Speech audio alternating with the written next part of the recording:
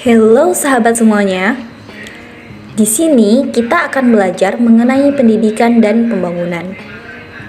Pendidikan merupakan usaha ke dalam diri manusia, sedangkan pembangunan merupakan usaha keluar dalam diri manusia. Pendidikan menghasilkan sumber daya tenaga yang menunjang pembangunan, dan hasil pembangunan dapat menunjang pendidikan, pembinaan, penyediaan sarana, dan seterusnya.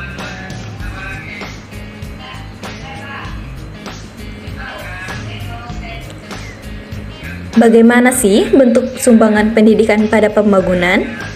Yang pertama, segi sarana pendidikan adalah usaha sadar yang ditujukan kepada peserta didik agar menjadi manusia yang berkepribadian kuat, utuh, serta bermoral tinggi.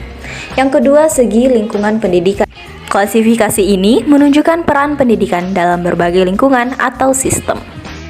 Yang ketiga, segi jenjang pendidikan. Jenjang pendidikan meliputi pendidikan dasar atau basic education, pendidikan lanjutan, menengah, dan pendidikan tinggi. Yang keempat, segi pembidangan kerja atau sektor kehidupan yang meliputi bidang ekonomi, hukum, sosial politik, keuangan, perhubungan, komunikasi, pertanian, pertambangan, pertahanan, dan lain-lain.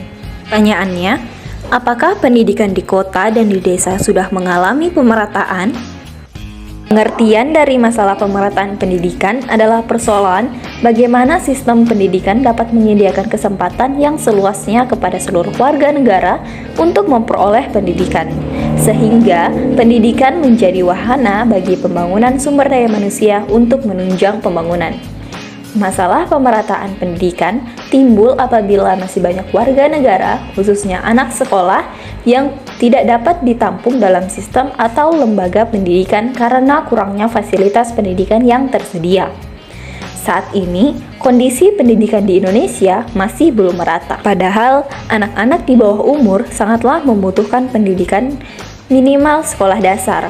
Sebab, jika anak-anak usia sekolah memperoleh kesempatan belajar, maka mereka memiliki bekal dasar berupa kemampuan membaca, menulis, dan berhitung, sehingga mereka dapat mengikuti perkembangan pendidikan. Menurut kalian, gimana sih contoh aspek dalam pembangunan yang terkait dalam pendidikan?